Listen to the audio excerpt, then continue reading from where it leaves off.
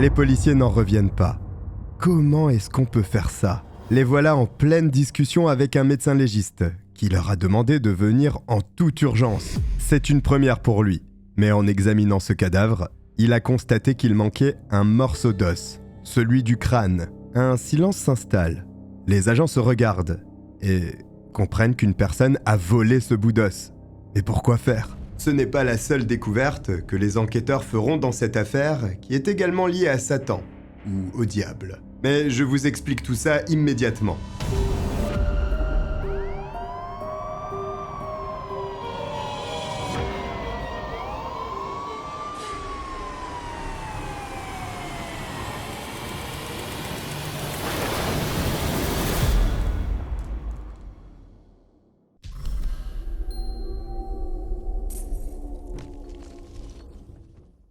Vendredi 13.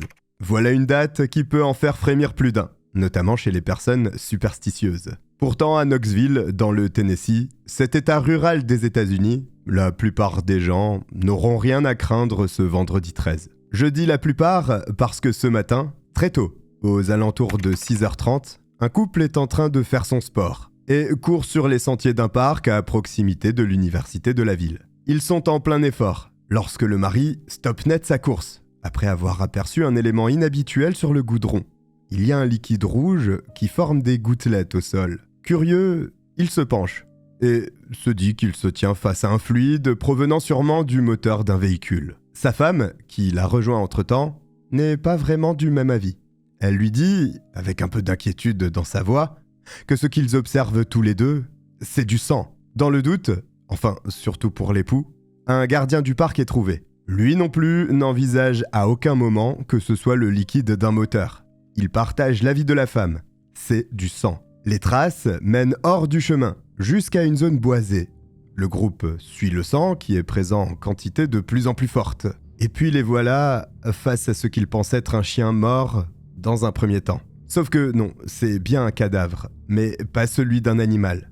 C'est une jeune fille qui se trouve ici. À première vue, son corps est terriblement amoché. Pris de panique, tout le monde quitte les lieux et la police est appelée. Une fois sur place, les premiers agents examinent le corps pour s'assurer qu'il s'agit bien d'un humain et pas d'un animal. C'est de cette façon qu'ils découvrent qu'une femme est bien décédée au milieu de ce parc. A priori, pas besoin d'attendre le résultat de l'autopsie pour comprendre qu'il s'agit d'un meurtre. La gorge de la victime a été tranchée d'une oreille à l'autre et fait rarissime, elle l'a été plusieurs fois. Le corps est mutilé. Il comporte de nombreuses blessures au niveau des mains, du dos et de l'entrejambe. Enfin, le crâne de cette jeune femme a été littéralement fracassé. L'homicide ne fait aucun doute, mais la police fait face à son premier obstacle, l'identité de la victime. Elle n'a pas de papier sur elle et l'état du cadavre est si mauvais qu'il risque de ne pas aider pour cette identification. Les enquêteurs débutent alors leur investigation, afin de retrouver le responsable de ce meurtre brutal. Sauf qu'ils n'ont pas idée à quel point l'affaire dans laquelle ils viennent de mettre les pieds sera l'une des plus atroces de leur carrière. Ils vont être confrontés à l'occulte, au rite satanique et à une machination totalement sordide.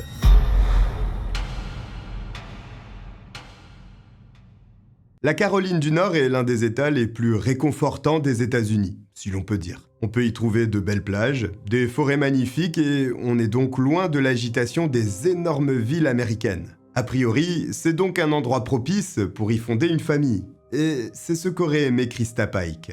Née en 1976 à Blue Ridge, en Caroline du Nord donc, Krista Pike a eu une enfance extrêmement difficile. La faute à des parents qui n'avaient pas leur fille comme première priorité dans leur vie, ou comme priorité tout court. Sa mère est une alcoolique chronique, qui ne prend aucun soin de son enfant.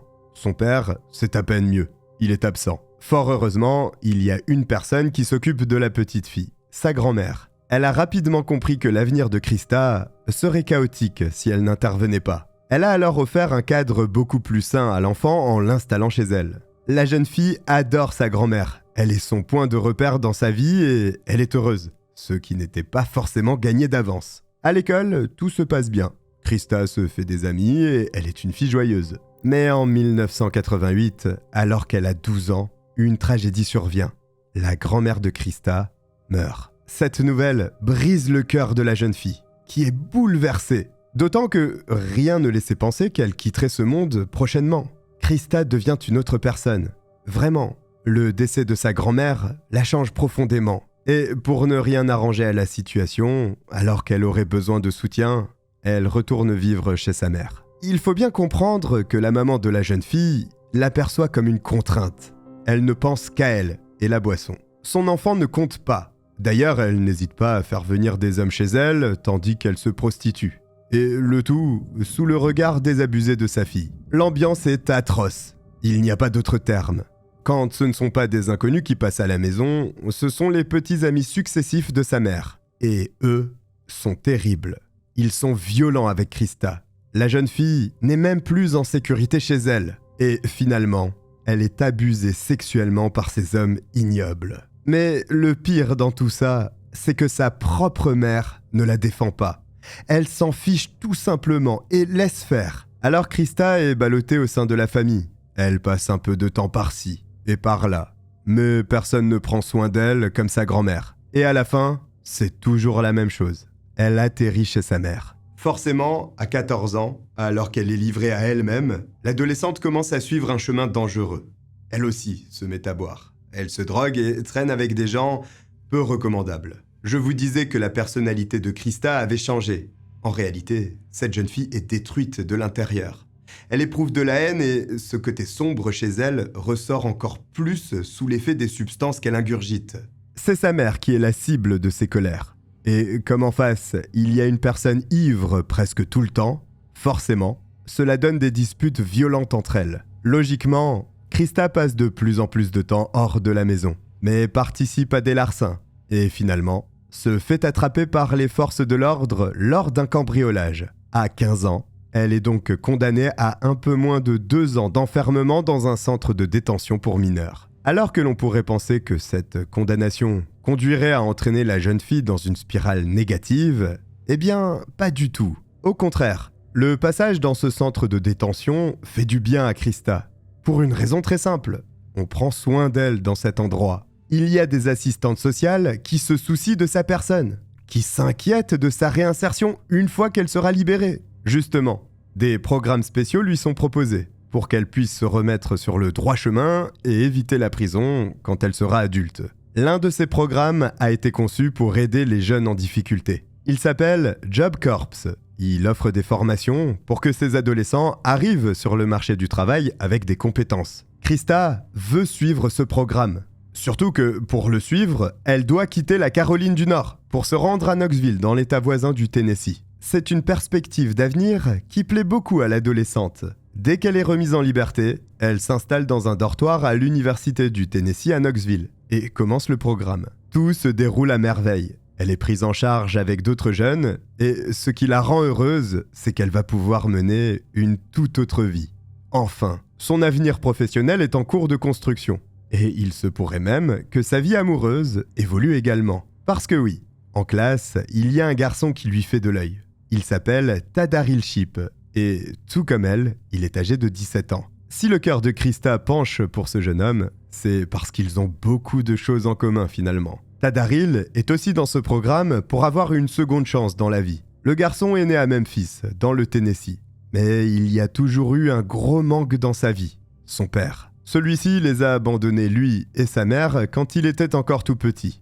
Et depuis, l'enfant est en dépression. C'est littéralement devenu une source de douleur pour Tadaril, qui ne s'en remet pas. Son parcours scolaire est chaotique, ce qui le conduit à quitter le lycée en cours de route. Mais surtout, Tadaril traîne dans les rues de Memphis, avec des gens très dangereux, des membres de gangs. Memphis, dans les années 90, est une ville très dure. Il y a beaucoup de violence, notamment à cause des gangs qui se disputent des morceaux de trottoir pour vendre leur drogue. Et ça, la mère de Tadaril le sait bien. Elle ne veut pas que son fils soit tué dans une fusillade et perde la vie à seulement 17 ans. Alors, elle l'envoie dans le même programme que Krista. Et c'est de cette façon que les deux se rencontrent. C'est vraiment l'étincelle entre les deux. Ils ne se quittent plus d'une semelle et l'alchimie est totale. Il faut quelque temps pour que les deux finissent par s'ouvrir entièrement l'un à l'autre. Mais c'est Tadaril qui fait une révélation totalement inattendue et inquiétante en même temps. Il y a 2 sujets qui l'obsèdent totalement, la magie noire et l'occulte. Tadaril est fasciné par ce domaine. Il n'y a presque pas un seul jour qui passe sans qu'il ne se renseigne sur tout ceci, ou même sans qu'il pratique. C'est une grosse révélation. C'est un risque qu'il prend en se mettant ainsi à nu devant Krista. Cependant, celle-ci ne fuit pas. Au contraire, elle aussi est curieuse et demande à son petit ami de lui enseigner tout ce qu'il connaît de la magie noire et de l'occulte en général. C'est ce qu'il fait. Le jeune homme donne des leçons sur les rituels à connaître pour accomplir telle ou telle chose. Étrangement, cette passion commune assez sombre renforce les liens amoureux entre les deux. Mais la flamme grandissante entre eux va devoir s'apaiser le temps des vacances de Noël en décembre 1994. Chacun doit retourner chez lui pour les fêtes de fin d'année. Ils vont finalement se retrouver, ce qui va conduire à l'une des plus monstrueuses affaires criminelles de Knoxville et de tout le pays.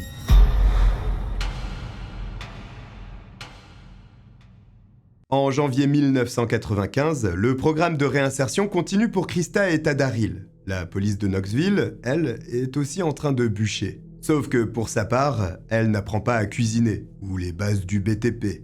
Mais elle fait plus dans la boucherie, avec ce corps découvert à côté du campus de l'université de la ville. Les enquêteurs parcourent la zone à la recherche du moindre indice permettant de faire avancer l'investigation. En réalité, les inspecteurs sont toujours à la recherche de l'identité de la victime. Ils espèrent récupérer son sac à main qui a peut-être été balancé dans les parages. En quadrillant la zone, l'un des agents aperçoit un morceau de goudron. Il trouve curieux qu'il se trouve ici, à plusieurs mètres du chemin. La police scientifique observe alors ce bout de goudron et constate qu'il n'y a pas que ça. C'est bien du goudron, mais dessus, il y a un morceau de cerveau appartenant à la victime. Aussitôt, les policiers supposent qu'ils viennent de découvrir l'arme du crime, ou en tout cas la possible arme du crime. Les policiers retournent auprès du corps pour l'analyser de plus près. Ce qu'ils pensaient être des coups de couteau sur sa peau sont plutôt des coupures. La lame n'a visiblement pas été plantée directement dans le corps de cette jeune fille. Et c'est important, parce que cela veut dire deux choses. La première, le tueur a pris son temps. Autrement, il n'y aurait pas autant de marques sur son corps. La seconde est qu'il y a de fortes chances que la victime ait connu des moments douloureux avant sa mort, et notamment de la torture. Au premier regard, les blessures qu'elle a subies sont des blessures qui ont été infligées alors qu'elle était encore en vie. Si c'est le cas, la barbarie de ce crime vient de monter d'un cran. Pour en avoir le cœur net, la dépouille est envoyée chez le médecin légiste pour qu'il puisse confirmer, ou non, les doutes des policiers. Désormais, la mission des enquêteurs est d'identifier cette jeune personne, afin de se lancer sur des pistes sérieuses. Ils vont procéder par déduction. C'est une jeune fille. Elle doit avoir autour de 18 ans. Son corps a été retrouvé à proximité de l'université du Tennessee. Et il n'est donc pas impossible qu'elle soit une étudiante. Par conséquent, les forces de l'ordre sont enthousiastes au moment de rechercher dans leur base de données les jeunes femmes de ce profil qui auraient disparu. Le résultat qui ressort de leurs recherches les surprend, parce qu'ils ne trouvent rien. Il n'y a même aucune femme portée disparue à Knoxville à cette période. L'identité de la victime devient vite un gros problème désormais. Entre-temps, les enquêteurs reçoivent le coup de téléphone du médecin légiste chargé de l'autopsie. L'expert demande à ce qu'ils viennent au plus vite. Il a quelque chose à leur montrer. Les inspecteurs se présentent donc au cabinet. Le médecin légiste les conduit dans cette pièce froide où repose le corps de la victime, sur une table au milieu. Il soulève le drap et dévoile le corps. Les enquêteurs sont sous le choc de ce qu'il leur est montré. Sur la poitrine de la fille, un pentacle a été dessiné. Mais il ne l'a pas été avec un feutre ou de la peinture. On lui a gravé au couteau dans la peau. Alors, sans entrer dans les détails, le pentacle est une figure géométrique, souvent utilisée pour représenter Satan. Évidemment, dans la foulée, les policiers se posent la question. Ont-ils affaire à un sacrifice humain ou à un rite satanique ? En fait, ils n'ont pas le temps de réfléchir sur ce point, parce que le médecin légiste doit leur montrer autre chose. En examinant le corps, il a découvert qu'au niveau de la blessure du crâne, l'os avait été brutalement fracturé. Le souci est qu'il manque un grand morceau de ce crâne. Pourtant, les forces de l'ordre ont scrupuleusement fouillé toute la zone où se trouvait le cadavre. Donc, il n'y a qu'une hypothèse possible. Le tueur a subtilisé cette partie du corps de sa victime. Et en faisant le lien avec le pentacle, les agents sont désormais certains que le meurtrier est une personne impliquée dans le monde de l'occulte. Avec ce crime, il a voulu réaliser son fantasme, et sûrement un rituel satanique. Bien que ces informations orientent l'enquête, en réalité, la police se retrouve avec une tonne de questions sur les bras et très peu de réponses. Cette victime est-elle la seule ? Y a-t-il un tueur en série impliqué ? Est-ce un meurtre au hasard ou vraiment un rituel satanique, voire un sacrifice humain ? Ce n'est pas un meurtre classique, si l'on peut dire. Et la police est un peu déboussolée. Elle ne manque pas d'idées en revanche, puisque les enquêteurs savent qu'essayer de retrouver l'identité de la victime ne mène à rien. Ils utilisent l'autre aspect de cette affaire, l'occulte. Ils transmettent l'information à tous les postes de police, ainsi qu'à tous les médecins légistes du coin. Le but est d'obtenir en retour des renseignements sur la moindre activité du genre dans le secteur. Et c'est bien vu, parce qu'en moins de 24 heures, ils reçoivent un appel d'un de leurs collègues de Knoxville. C'est une dame qui l'a contacté. Elle lui aurait raconté que sa fille avait peur depuis quelques semaines. Elle étudie au Job Corps Center, mais elle est un peu paniquée, parce que d'autres élèves s'adonnent à des pratiques satanistes. Les enquêteurs sautent sur l'information. Ce genre d'activité satanique ne court pas les rues. Et si ces élèves étaient les tueurs ?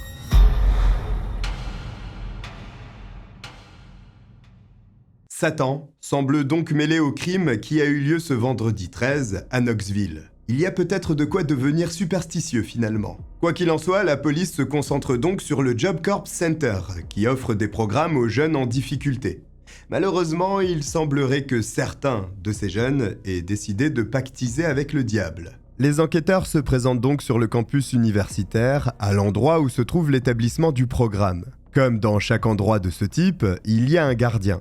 Les agents lui demandent s'il tient un registre indiquant les entrées et les sorties de chaque personne dans le dortoir universitaire. Le gardien explique que oui, il tient à jour un tel registre, et les policiers se mettent donc à l'étudier. Avec les informations transmises par le médecin légiste, les enquêteurs savent que le meurtre s'est certainement produit dans la soirée du 12 janvier, entre 20h et 22h30. Les chambres étudiantes sont sécurisées au Job Corps Center. Alors, les agents regardent les sorties et il y a 4 étudiants qui ont quitté le bâtiment ce soir à 20h. Sauf que ce qui attire le regard des policiers, ce sont les entrées. Il n'y a eu que 3 personnes qui sont revenues. La seule étudiante qui n'a pas signé à son retour, c'est Colleen Slemmer, une jeune femme de 19 ans, étudiante ici. Colleen s'est retrouvée inscrite dans le programme parce qu'elle avait rapidement stoppé ses études. Et elle enchaînait des petits boulots qui ne lui plaisaient que très peu en réalité. Elle a voulu changer de vie et souhaitait se réorienter dans l'informatique. Précisément ce qu'elle est en train d'apprendre au Job Corps Center. D'après le responsable de la sécurité, il n'a plus vu l'étudiante ici depuis qu'elle a quitté le bâtiment ce 12 janvier, vers 20h. Mais pour autant, est-ce que cela signifie qu'elle correspond à la victime découverte dans le parc à côté de l'université ? Pas forcément. Les forces de l'ordre continuent de mener l'enquête. Les agents se rendent auprès de la fille qui avait peur de ses camarades et de leurs pratiques sataniques. Elle est incapable de renseigner les inspecteurs à propos de Colleen, dont elle n'a aucune idée de ce qu'elle a fait le soir de son meurtre. Par contre, elle fournit une liste d'une dizaine de noms, impliquant tous ceux portant un intérêt au rituel satanique. Mais surtout, elle précise que les 2 premiers noms de la liste sont les plus importants. En lisant le bout de papier, les policiers prennent connaissance de leurs 2 premiers suspects, Krista Pike et Tadaril Sheep. D'après la témoin, ces 2-là sont les meneurs. Ce sont eux qui prennent toutes les décisions. Elle précise même que leur relation n'est pas basée sur un amour entre étudiants, comme on en trouve dans chaque université du pays, mais sur quelque chose de bien plus sombre, qu'elle ne saurait décrire. Dans tous les cas, ils font peur, parce qu'ils ne se cachent pas du tout. Leur croyance envers Satan n'est pas un secret. Au contraire, le couple l'affiche fièrement. Dans les dortoirs, si l'on passe à côté de leur chambre le soir, il est possible de les entendre faire des incantations maléfiques, ce qui est absolument effrayant pour cette jeune femme. Bon, avec cette liste, la police a suffisamment d'informations pour faire un croisement. Les enquêteurs prennent donc la liste de leurs témoins, le registre d'entrée et de sortie du Job Corps Center et comparent les noms. Et ils sont à moitié surpris. À moitié seulement parce que, parmi les noms des personnes qui sont revenues ce soir du 12 janvier, il y a effectivement ceux de Krista Pike et de Tadaril Sheep. Mais il y en a un troisième, Shadola Peterson, une étudiante de 18 ans. Pour les enquêteurs, le tableau se dessine. Il y a ces 3 suspects et la victime, Colin Slemmer. Gros avantage pour l'enquête, tout ce beau monde se trouve au même endroit, sur le campus de l'université. C'est donc sans surprise et sans forcer non plus, que les agents mettent la main assez facilement sur Krista Pike, Tadaril Sheep et Shadola Peterson dans leur dortoir. Ils sont aussitôt placés en garde à vue. Pendant qu'ils sont escortés jusqu'au poste de police, une autre équipe inspecte les chambres des étudiants maléfiques. C'est dans la chambre de Tadaril qu'ils font la découverte reliant le groupe à l'univers de l'occulte. Il y a un hôtel dédié à Satan, avec des figures démoniaques, une bible satanique et bien entendu des pentacles un peu partout. Au poste, les enquêteurs s'apprêtent à parler avec les suspects. C'est tout de suite Tadaril qui les intéresse. Le jeune homme semble ouvert à la discussion. Et cela tombe bien, ils ont plein de questions à lui poser. D'emblée, il reconnaît que Krista et lui sont des satanistes pratiquants. En fait, ce sont des adorateurs de Satan. Ils ont formé une sorte de secte avec les autres étudiants qui portaient un intérêt pour ce culte. Tadaril ajoute qu'il baigne dans le satanisme depuis qu'il est enfant. C'est à l'âge de 11 ans qu'il a été initié à cet univers par un voisin. Souvenez-vous, le garçon avait un énorme manque avec l'absence de son père. Et le satanisme est venu prendre la place de ce père qu'il n'a jamais eu. Sa révélation sur sa pratique à Krista lui a fait peur d'abord. Il craignait que sa petite amie le quitte. Mais quand il a vu que son univers lui plaisait, il a été comblé. Il a d'abord enseigné ce qu'il savait à sa petite amie, avant que le groupe qu'ils dirigent tous les deux finisse par se former. Ensemble, ils se sentent puissants. Ce côté sombre les rend presque invincibles, et ils aiment cette sensation. Intéressant à savoir. Mais ce que la police essaye de comprendre, c'est si lui, Krista et Shadola sont impliqués dans la mort de Colin Slemmer. Aussitôt ce nom prononcé, la discussion prend fin avec Tadaril, qui se mure dans le silence. Il n'a soudainement plus rien à dire. Sauf qu'il y a encore 2 autres chances pour les enquêteurs, avec les interrogatoires de Krista et Shadola. Grâce à ceci, ils vont découvrir des informations pour le moins choquantes.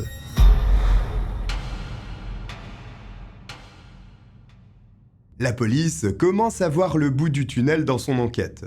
Tadaril n'a pas parlé, alors les inspecteurs se tournent vers les 2 autres suspects qui attendent leur interrogatoire. C'est Shadola Peterson, la suivante. Si elle est choisie, ce n'est pas par hasard. Les enquêteurs sentent qu'en lui mettant un peu la pression, elle va craquer. L'étudiante parle effectivement très rapidement.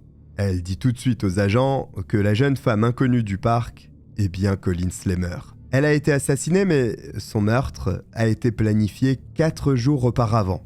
Tadaril, Krista et Shadola se sont retrouvés pour discuter. C'est alors que la question d'une offrande au diable est arrivée sur la table. Au-delà d'une offrande, c'est un véritable sacrifice dont on parle. Il faut que du sang humain soit déversé. En réalisant un tel sacrifice, Tadaril et Krista espèrent s'attirer les faveurs du diable, en lui montrant leur dévouement. Et devenir encore plus fort ainsi. Le groupe cherche donc une victime à offrir en sacrifice. La réflexion ne dure pas longtemps. Krista pointe immédiatement du doigt Colin.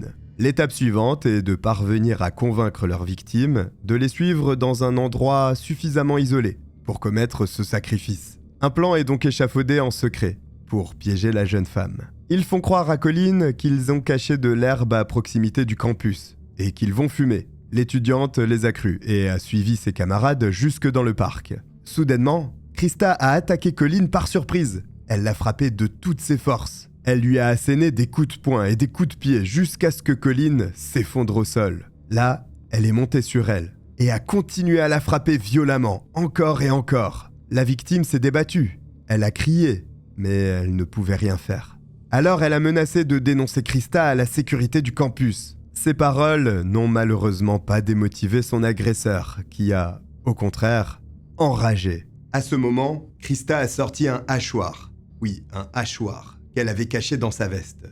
Puis elle a attaqué Colin avec, en lui faisant de nombreuses coupures partout sur le corps. D'ailleurs, l'utilisation de ce hachoir explique l'absence de lame plantée dans le corps de la victime, et uniquement les coupures, dans la mesure où cet outil n'est pas pointu. Mais qu'en est-il de Tadaril dans tout ça ? Eh bien, le jeune homme joue un rôle dans ce meurtre, puisqu'il empêche Colin de s'échapper à chaque fois qu'elle parvient à se relever pour s'enfuir. Après un certain temps et de nombreuses blessures infligées, l'étudiante finit par être trop mal en point pour fuir. C'est alors le moment que choisissent Tadaril et Krista pour dessiner le pentacle sur la poitrine de Colleen. Pour ça, ils utilisent le hachoir, tandis qu'elle est toujours en vie.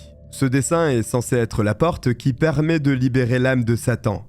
Mais il faut compléter le rituel. Krista, Tadaril et Shadola ont donc entouré leur victime, avant d'entonner un chant satanique. Une fois terminé, pour atteindre le but final, il faut tuer Colleen. C'est Krista qui a ramassé un morceau de goudron pour mettre à mort l'étudiante en lui fracassant le crâne. Leur victime est restée en vie pendant près de 45 minutes. Imaginez la souffrance qu'elle a endurée pendant tout ce temps qui a dû paraître interminable. Les aveux de Shadola donnent froid dans le dos et confirment la théorie de la police selon laquelle Colleen a été la victime d'un meurtre par des membres d'une secte satanique.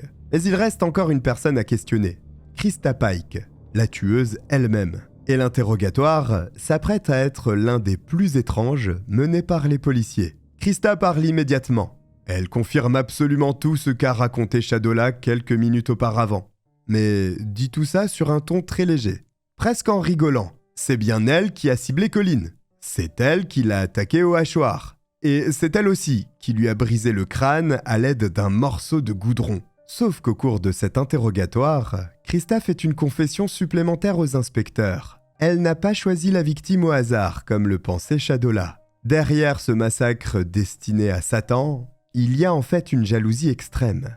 Colleen aurait dragué Tadaril sous le nez de Krista, qui ne l'aurait pas apprécié du tout. Cette fille aurait osé essayer d'éloigner son petit ami d'elle. Alors, Krista a scellé son sort. C'est ainsi qu'elle a convaincu Tadaril et Shadola de l'aider à mettre en place ce rituel satanique et ce sacrifice. Colleen Slammer a donc été tuée de façon extrêmement barbare, simplement parce qu'elle avait rendu jalouse la mauvaise personne. Les aveux de Shadola ainsi que ceux de Krista conduisent les forces de l'ordre à placer en état d'arrestation chacun des 3 complices pour le meurtre de Colleen Slammer. C'est donc un procès important qui s'apprête à démarrer, parce que nous sommes dans le Tennessee, un état où la peine de mort est encore appliquée. Et dans les années 90, c'est même la chaise électrique qui est utilisée pour mettre à mort les prisonniers. C'est au cours du mois de mars 1996 que le procès de Krista Pike débute. Et il est mal embarqué pour elle. Le procureur a un témoin clé dans cette affaire, Shadola Peterson. Oui, mais elle était là.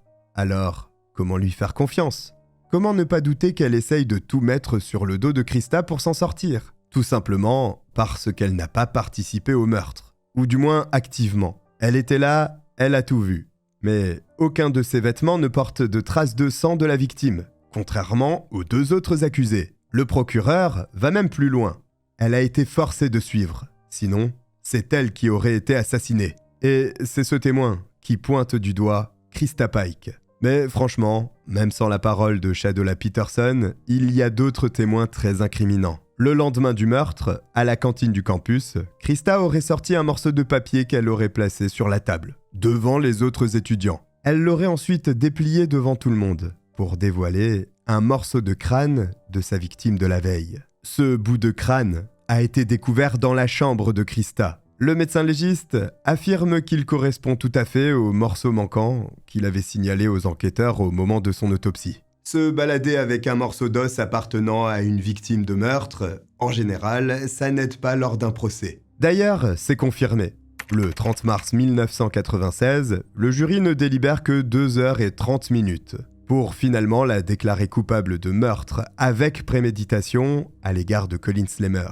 Une semaine plus tard, elle est condamnée à la peine de mort par électrocution et devient la plus jeune femme des États-Unis à être condamnée à mort. Tadaril Shipp, quant à lui, n'est pas condamné à la peine capitale. S'il y échappe, c'est parce qu'il n'avait que 17 ans au moment des faits, tandis que Krista, elle, venait de souffler sa 18e bougie. Et surtout, il n'est pas le meurtrier. Mais comme il a participé aux actes de barbarie, il est tout de même condamné à la prison à vie. Shadola Peterson, grâce à son témoignage, son aide apportée aux autorités, et parce qu'elle n'a pas participé au meurtre activement, n'a été condamnée qu'à 6 ans de prison avec sursis. En prison, Krista Pike, elle, reste un danger. Il faut dire qu'elle a été condamnée à mort, alors elle n'a plus vraiment grand-chose à perdre. C'est peut-être pour ça qu'elle a attaqué violemment une autre détenue en août 2001. Elle s'est servie d'un lacet de chaussure pour étrangler sa victime qui s'est évanouie mais a finalement survécu. Cette tentative de meurtre coûte 25 ans d'emprisonnement supplémentaire à Krista,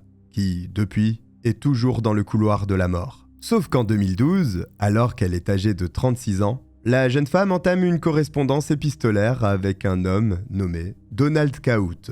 Au début, les échanges sont limités, mais finalement, l'homme tombe amoureux de Krista et lui rend visite très fréquemment en prison à Nashville, tandis qu'il vient de Flemington dans le New Jersey. 1300 km séparent les deux endroits tout de même. Donald finit par proposer à Krista un plan d'évasion, mais à eux deux, impossible d'y parvenir. C'est là qu'intervient Justin Eflin, un gardien de la prison où est incarcérée la jeune femme. La relation entre Krista Pike et Justin Eflin n'est pas claire. Il est évoqué que les deux entretenaient des relations sexuelles régulièrement, mais ce n'est pas confirmé. En revanche, une chose est sûre, Krista a réussi à le mener en bateau pour qu'il participe à ce plan d'évasion, dont l'idée était de créer un pass permettant de déverrouiller toutes les portes de l'établissement pénitentiaire avant d'exfiltrer la prisonnière. Finalement, le plan est déjoué. En interne, la supercherie a été découverte et Donald Kaut ainsi que Justin Eflin ont été arrêtés. Donald Kaut a été condamné à 7 ans de prison pour ce complot. En revanche, la condamnation de Justin Eflin n'a pas été dévoilée publiquement. Voici pour cette histoire mêlant occulte et meurtre. Si vous êtes arrivé jusqu'au bout, écrivez diable en commentaire. J'espère que vous avez apprécié mon récit. Si c'est le cas, n'hésitez pas à vous abonner, ça aide énormément et c'est juste là, ça ne mange pas de pain. Je vous remercie de m'avoir regardé et je vous dis à très vite. Bye.